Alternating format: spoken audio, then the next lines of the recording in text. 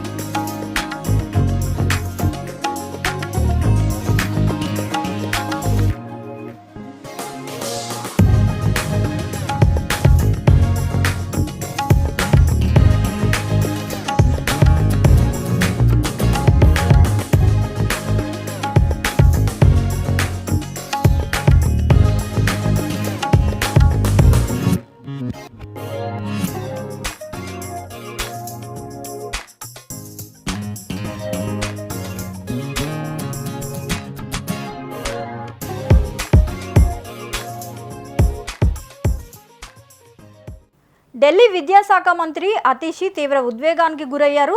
సిసోడియాకు bail వచ్చిందని తెలిసిన వెంటనే కన్నీళ్లు తెచ్చుకున్నారు। ఓ స్కూల్లో మంత్రి అతీషి ప్రసంగిస్తుండగా ఇందులో విషయం తెలిసి బాధపడ్డారు। మాటలు ఆపేసి తీవ్ర ఉద్వేగానికి గురయ్యారు। పక్కనున్న వారు మంచినీరు ఇవ్వగా కొన్ని తాగారు। తర్వాత కూడా చాలా బాధపడ్డారు। ఆ తర్వాత మాట్లాడారు। मनीष सिसोदिया जी, और जिस दिन मनीष सिसोदिया जी की बेल हुई, आज उन्हीं के द्वारा एक स्कूल जिसका उनके द्वारा शिलान्यास हुआ था, आज उसका उद्घाटन हो रहा है। तो एक जोरदार जयकारा मनीष सिसोदिया जी के लिए लगाएंगे। मनीष सिसोदिया, मनीष सिसोदिया, मनीष सिसोदिया।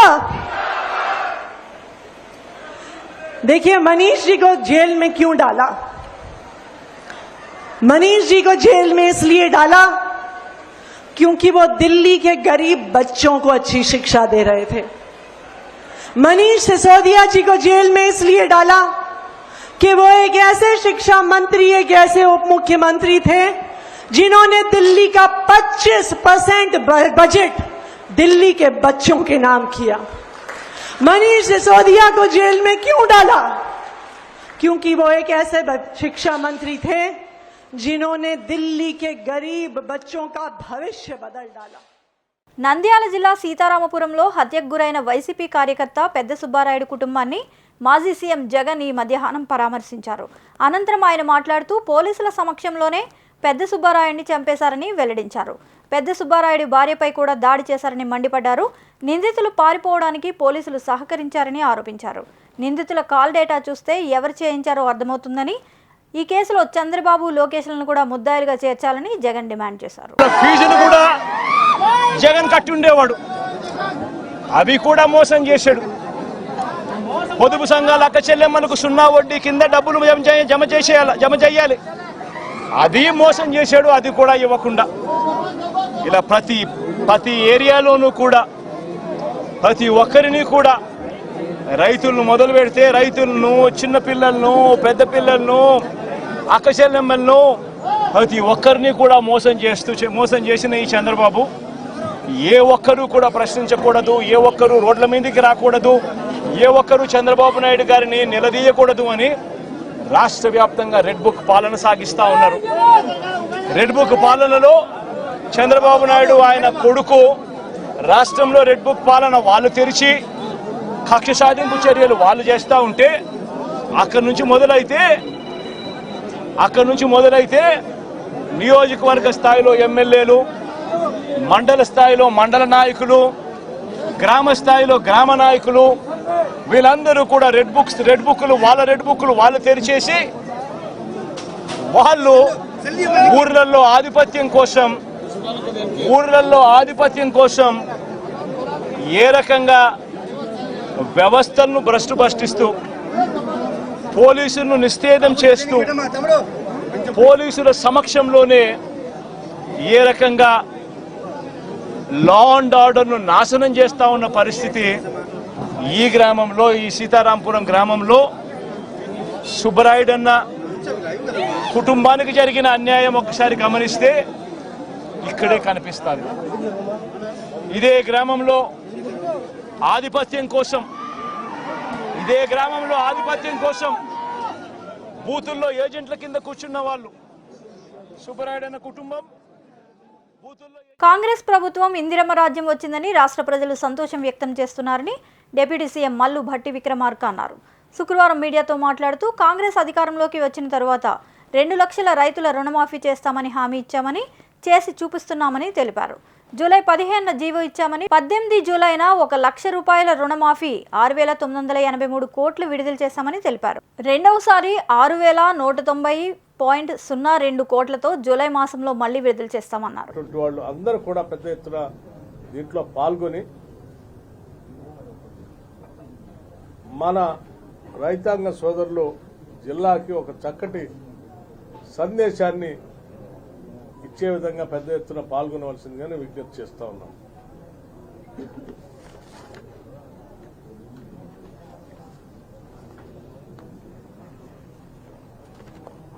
అలాగే అదే రోజు మీ అందరికి తెలిసిందే, ఈ సంవత్సరం రాష్ట్ర బడ్జెట్లో కేవలం రుణమాఫీ ఒక్కటే కాదు, రుణమాఫీతో పాటు రైతులకు సంబంధించి రైతు బీమాకు సంబంధించి కూడా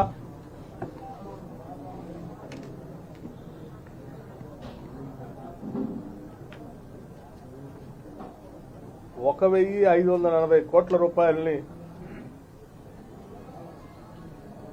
రాష్ట్ర ప్రభుత్వమే రైతుల కోసం ఆ ప్రీమియంని రైతుల తరఫున రాష్ట్ర ప్రభుత్వం కడతా ఉంది.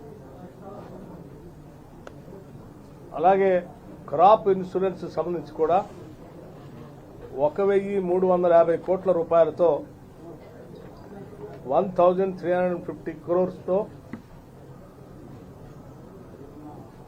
ఈ రాష్ట్రంలో పండించిన పంటలకి క్రాప్ ఇన్సూరెన్స్ కూడా చేస్తాం. ఆ క్రాప్ ఇన్సూరెన్స్ సంబంధించి రైతులు కట్టాల్సినటువంటి ప్రీమియం అమౌంట్ని రైతులు బదులు రాష్ట్ర ప్రభుత్వమే ఈ 1,350 కోట్లు వాళ్ళ తరఫున కడుతుంది ఇన్సూరెన్స్ కంపెనీలకు. ఇది దాదాపు 42 లక్షల రైతు బీమా అమౌంట్ 42 లక్షల మంది రైతు కుటుంబాలు పెద్ద ఎత్తున ఉపయోగపడేటువంటి కార్యక్రమంగా. అట్లాగే వ్యవసాయ అనుబంధ రంగానికి సంబంధించి ప్రభుత్వం నా భవిష్యత్తు ఇప్పటి వరకు ఎవరు కేటాయించలేదు. భవిష్యత్తులో ఎట్లా ఉంటుందో నాకు తెలియదు. 72,000 కోట్ల రూపాయలు. ప్యారిస్ ఒలింపిక్స్ లో 2 కాంస్య పతకాలు సాధించిన భారత షూటర్ మను భాకర్ శుక్రవారం పంజాబ్ సీఎం భగవంత్ సింగ్ మాన్ కలిశారు. ఆమె తన తల్లి, తండ్రి, ఇతర కుటుంబ సభ్యులతో కలిసి హర్యానాలో పంజాబ్ సీఎంతో భేటీ అయ్యారు. అంతర్జాతీయ స్థాయిలో దేశానికి ఖ్యాతి తెచ్చిపెట్టిన మను భాకర్ను సీఎం అభినందించారు. ప్యారిస్ ఒలింపిక్స్లో మను భాకర్ అద్భుత ప్రదర్శన చేశారు. ఒకే ఒలింపిక్స్లో 2 పతకాలు సాధించిన తొలి భారత క్రీడాకారిణిగా ఆమె నిలిచారు.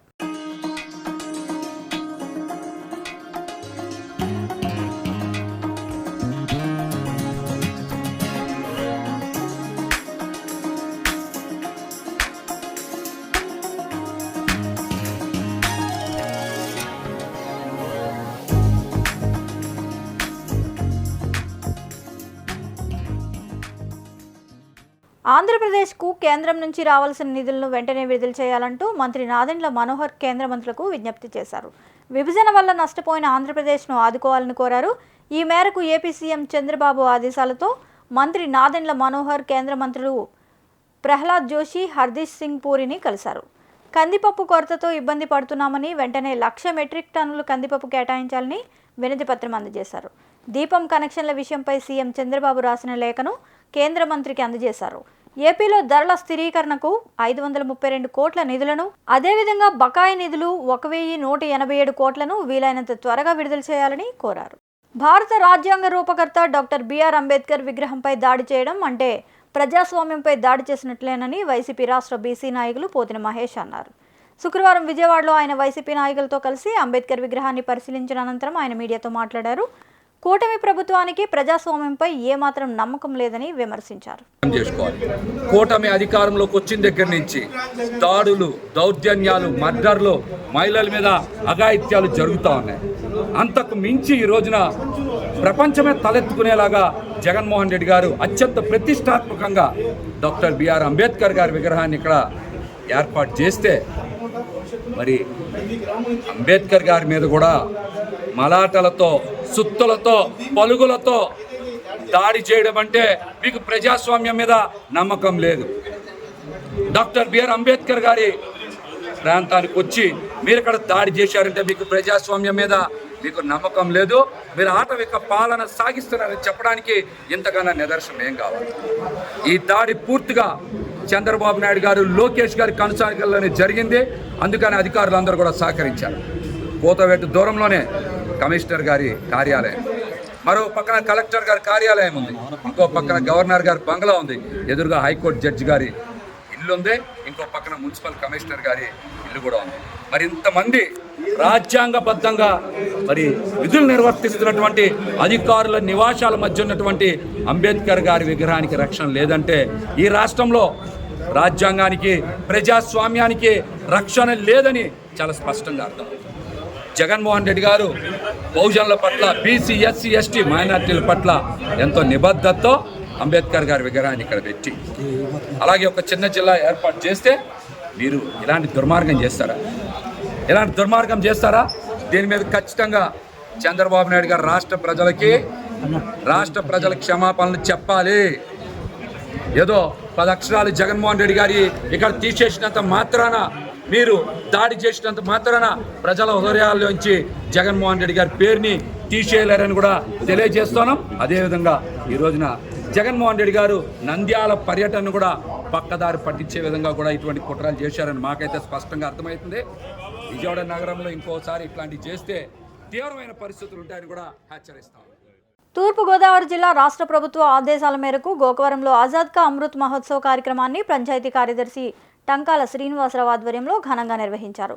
హర్ ఘర్ తిరంగా కార్యక్రమాన్ని పటిష్టంగా అమలు చేయాలని, గ్రామంలో ప్రతి ఇంటిపైన జాతీయ జెండాను ఎగురవేయాలని తెలిపారు. ఇందులో భాగంగానే పంచాయతీ కార్యాలయం నుంచి ఆర్టీసీ కాంప్లెక్స్ వరకు నినాదాలు చేస్తూ ర్యాలీ నిర్వహించారు. రాజా కాన్వెంట్ విద్యార్థులు, సచివాలయ ఉద్యోగులు, పలు శాఖల సంబంధిత అధికారులు సుమారు 200 మంది ఈ ర్యాలీలో పాల్గొన్నారు. ఈ సందర్భంగా ఎంపీడీఓ ఎం గోవింద్ మాట్లాడుతూ ఆగస్టు 13, 14 తేదీల్లో దేశభక్తిపై వ్యాసరచన పోటీలను ప్రభుత్వ పాఠశాలలో నిర్వహించడం జరుగుతుందని తెలిపారు.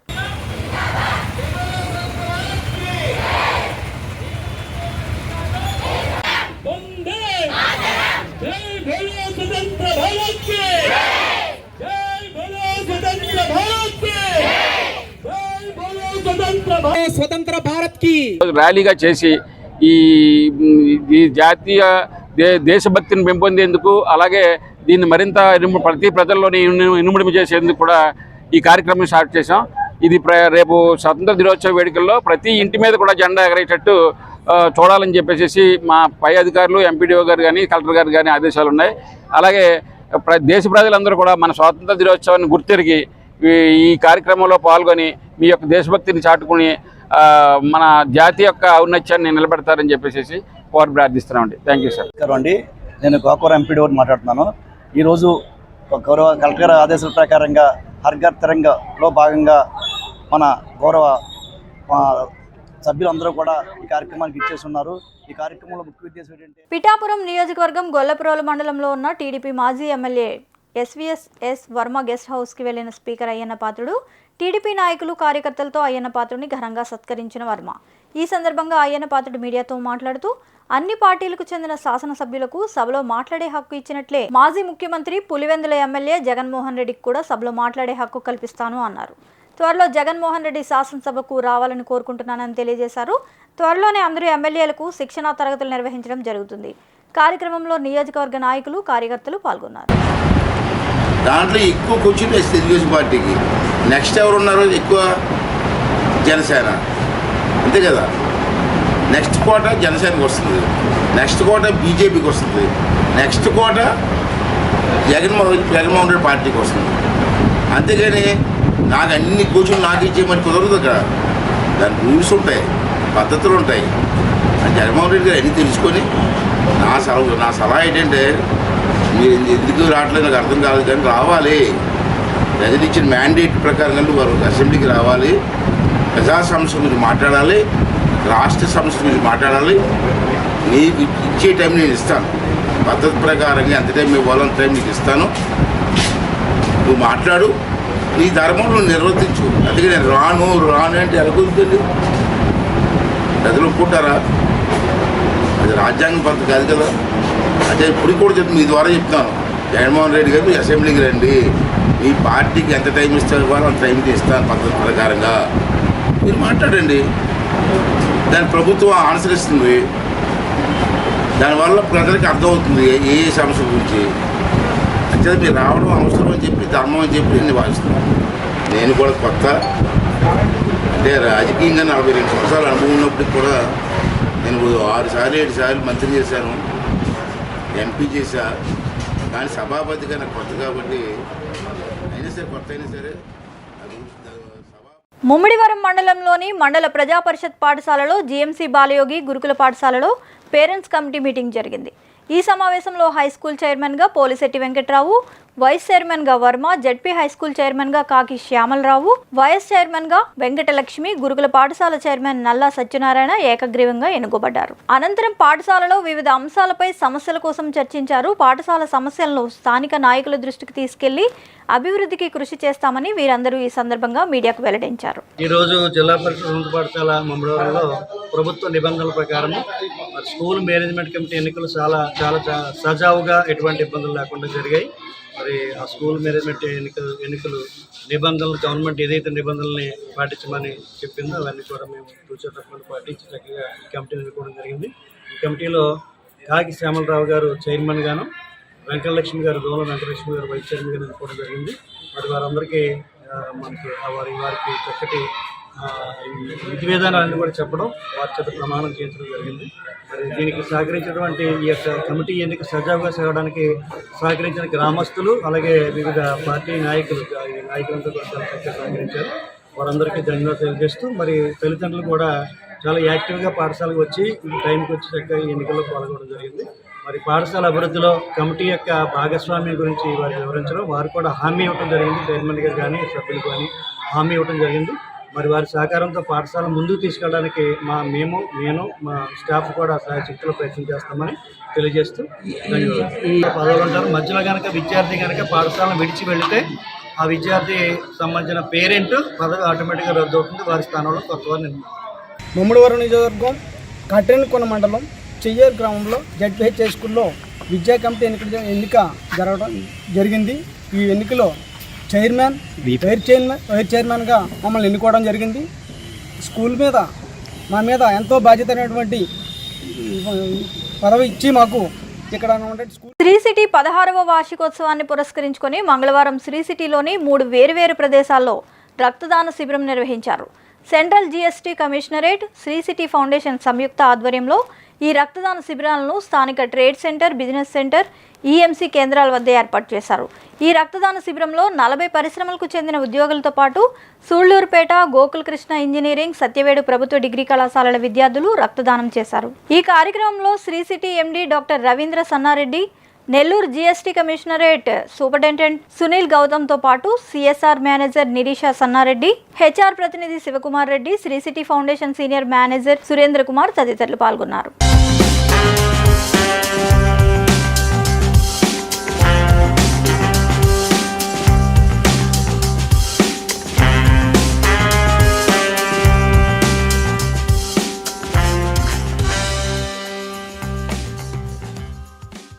రైతులకు ధాన్యం బకాయిలు వెంటనే చెల్లించాలంటూ పశ్చిమ గోదావరి జిల్లా నర్సాపురం మండలం చిట్టవరం బైపాస్ వద్ద రైతు సంఘాల ఆధ్వర్యంలో జాతీయ రహదారిని దిగ్బంధం చేసి ఆందోళన చేశారు. దీంతో నర్సాపురం పాలకొల్లు 216 జాతీయ రహదారిపై కిలోమీటర్ల మేర ట్రాఫిక్ స్తంభించిపోయింది. పరిస్థితి ఉధృతంగా మారడంతో పోలీసులు రంగప్రవేశం చేసి పరిస్థితిని చక్కదిద్దారు. డీఎస్పీ జి శ్రీనివాసులు రైతు సంఘం నాయకులతో చర్చలు జరిపి సోమవారం లోపు బకాయిల సొమ్ము విడుదల చేయిస్తానని హామీ ఇవ్వడంతో ఆందోళన విరమించారు. ఈ ఆందోళన కార్యక్రమంలో కౌలు రైతు సంఘం నాయకులు రామాంజనేయులు, నాగేశ్వరరావు తదితరులు పాల్గొన్నారు.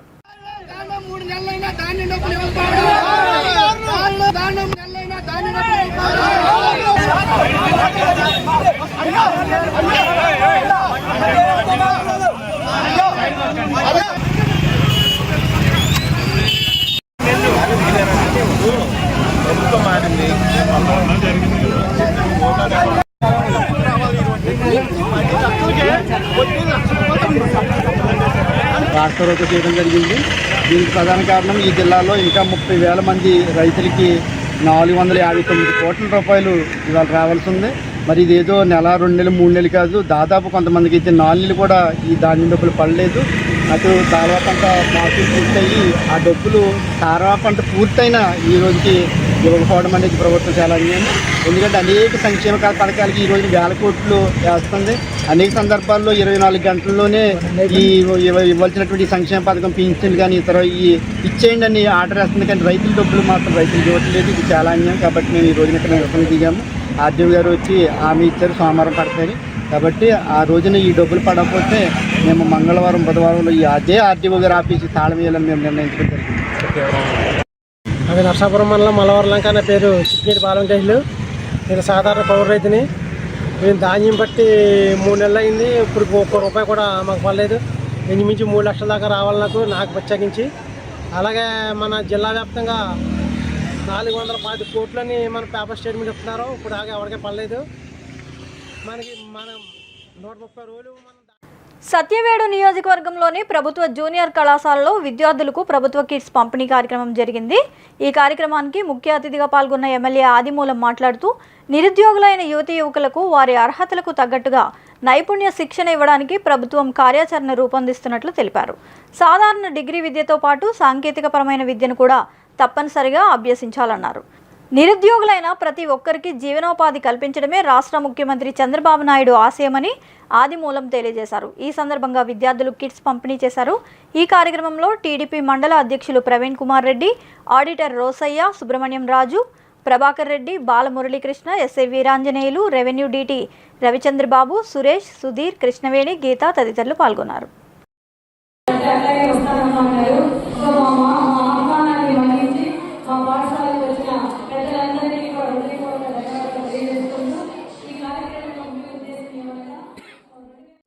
అల్లూరు జిల్లా ఏజెన్సీ రంపచోడవరం ఐటీడీఏ ప్రాంగణంలో అంతర్జాతీయ ఆదివాసీ దినోత్సవ వేడుకలను ఘనంగా నిర్వహించారు.